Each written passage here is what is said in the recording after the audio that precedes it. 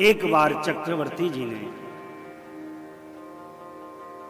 विशेष राजकाज के निमित्तार्थ दिव्य वस्त्रों को धारण किया, सुसज्जित हुए आभूषणों से,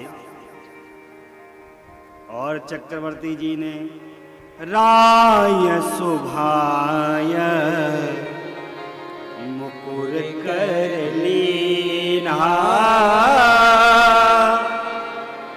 बदन बिलो की मुकुट सम कीना,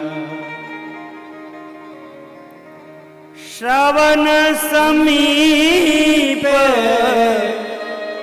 भय शीत केसा, श्रवण समीप भय शीत केसा, मनहु जरठपन अस उपदेशा, मनहु जरठपन अस उपदेशा। चक्रवर्ती जी ने दर्पण को अपने हाथों में ले लिया। बड़े ध्यान से सुनिएगा इस प्रसंग को, बुजुर्गों के लिए बहुत बढ़िया। चक्रवर्ती जी ने सहज ही दर्पण को लिया और दर्पण में निहारा क्या, अपने मुखमंडल को देखा, बदन को देखा, जो आभूषण इधर उधर बिखरे थे उनको सही किया, और मुकुट तिरछा लगा था, मुकुट को सीधा किया। देखते देखते कान पर नजर गई और देखते क्या है, कान के समीप के बाल श्वेत हो गए। अब मानो बुढ़ापे ने दस्तक दे दी और बुढ़ापे ने आवाज लगाई महाराज को, महाराज क्या कर रहे हैं, अब भी गद्दी पर बने हैं? अरे राम जी को युवराज पद पर आसीन करके जीवन के यथार्थ लाभ को प्राप्त करिए महाराज। आदरणीय बाबूजी, आप वयोवृद्ध या वयोवृद्ध होने की ओर अग्रसर हैं वे सभी, एक बात का मैं आपसे निवेदन करूंगा, जीवन में जब हमारा उत्तराधिकारी योग्य हो जाए तो सारी जिम्मेदारियों से मुक्त होकर उसको भार सौंपकर भगवान का भजन करना चाहिए। ये परंपरा है। हमारे बुंदेलखंड में कहते हैं कि बाप के जूता में लड़का का पैर आ जाए तो बाप को समझ लेना चाहिए लड़का बड़ा हो गया है।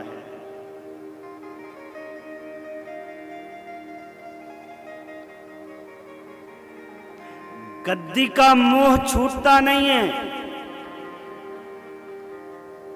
और ये गद्दी का मोह ही पाप की जड़ है। और हम क्षमा करिएगा, यद्यपि बुरा लग सकता है, लेकिन हमारे भारतवर्ष का इतिहास बहुत अच्छा नहीं है इस विषय पे। परंपरा चली आई है, कहीं और की नहीं, आपके बिहार की ही परंपरा है। बौद्ध धर्म का ग्रंथ है अंगुत्तर निकाय। अंगुत्तर निकाय कहता है भारत 16 महाजनपदों में विभक्त था। कितने महाजनपदों में विभक्त था? 16। और आपका ये बिहार जिसको मगध के नाम से जाना जाता था, वो सबसे शक्तिशाली जनपद था।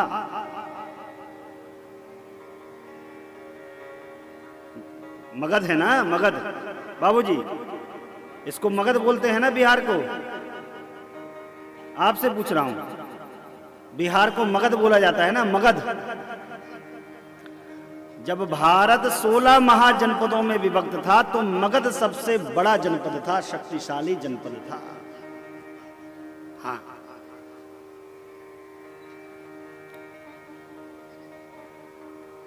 प्रथम बौद्ध संगति 483 ईसा पूर्व आपके इसी मगध में हुई, राजगीर में।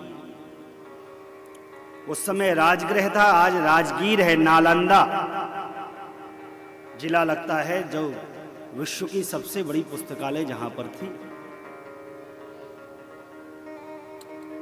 मगध का शासक हुआ बिंबसार। बिंबसार बौद्ध धर्म का अनुयायी था। उसके पुत्र का नाम है अजातशत्रु। अजातशत्रु वैष्णवोपासक।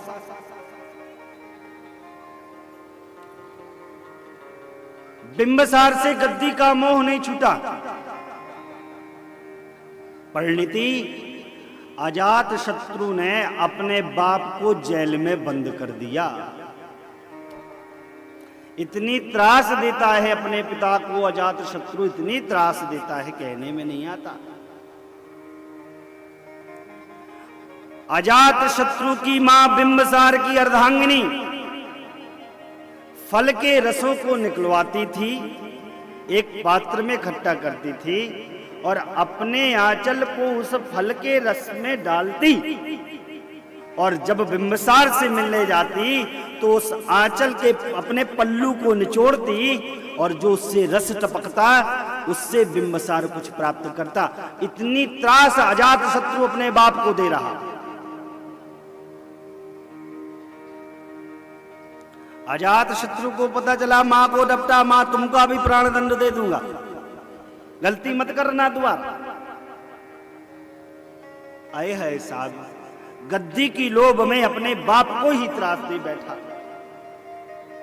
इतना ही त्रास दे रहा, अब बिंबसार से बर्दाश्त नहीं हो रहा। समय बीता, अजातशत्रु के घर पुत्र का जन्म हुआ।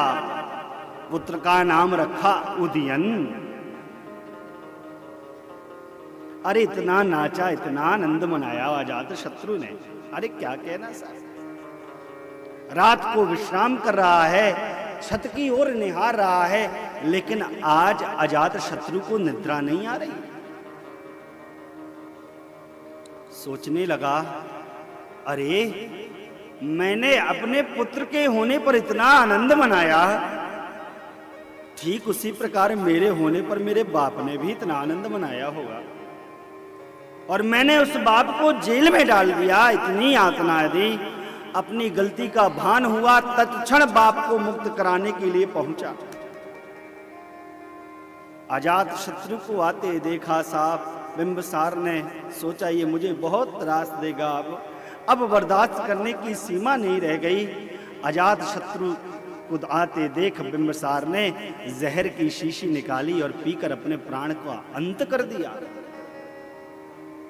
इतना रोया अजातशत्रु, इतना रोया, लेकिन अब बाप तो चला गया। समय बीतता गया।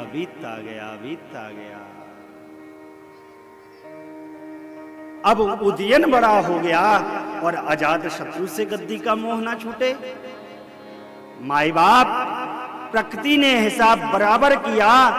जिस अजातशत्रु ने गद्दी के लोभ में अपने बाप को जेल में डाल दिया, यातना दी और उसे प्राण लेने के लिए विवश कर दिया, उसी गद्दी के लिए अजातशत्रु के पुत्र उदयन ने अपने बाप अजातशत्रु की हत्या कर और गद्दी पर बैठ गया।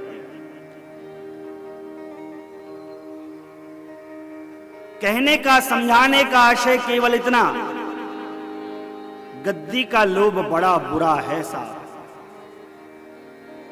इसलिए योग्य है समय आए छोड़ दो। बहुत कर लिया, आगे वाले को करने दो।